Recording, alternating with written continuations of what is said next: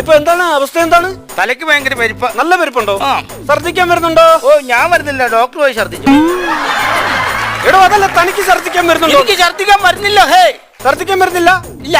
മുറിവുള്ള ആളല്ലേ? തീറ്റി എടുത്തായിരുന്നു? തീറ്റ എടുക്കാൻ ഞാൻ എന്നെ പെരുമ്പാമ്പോ. എന്തൊരു കഷ്ടമാണെന്ന് പറ ദൈവമേ.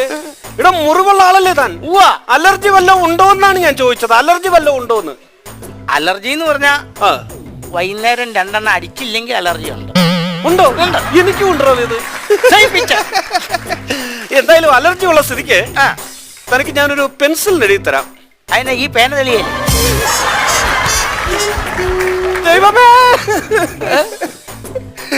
ഞാൻ പറയുന്നത് നീ മൂത്രത്തിൽ കല്ലുണ്ടോ കേട്ടോ? എന്താ? മൂത്രത്തിൽ കല്ലുണ്ടോ? മൂത്രത്തിൽ കല്ലുണ്ട്. ഉണ്ട്. ഇവിടെ ഇതൊക്കെ സൂക്ഷിക്കണ്ടേ? സൂക്ഷിക്കണം. ഞാൻ ഇതെങ്ങനെയും കളയാൻ നോക്കുക, അന്നേരം അത് സൂക്ഷിച്ചു വെക്കാൻ പോണം. ഇവര്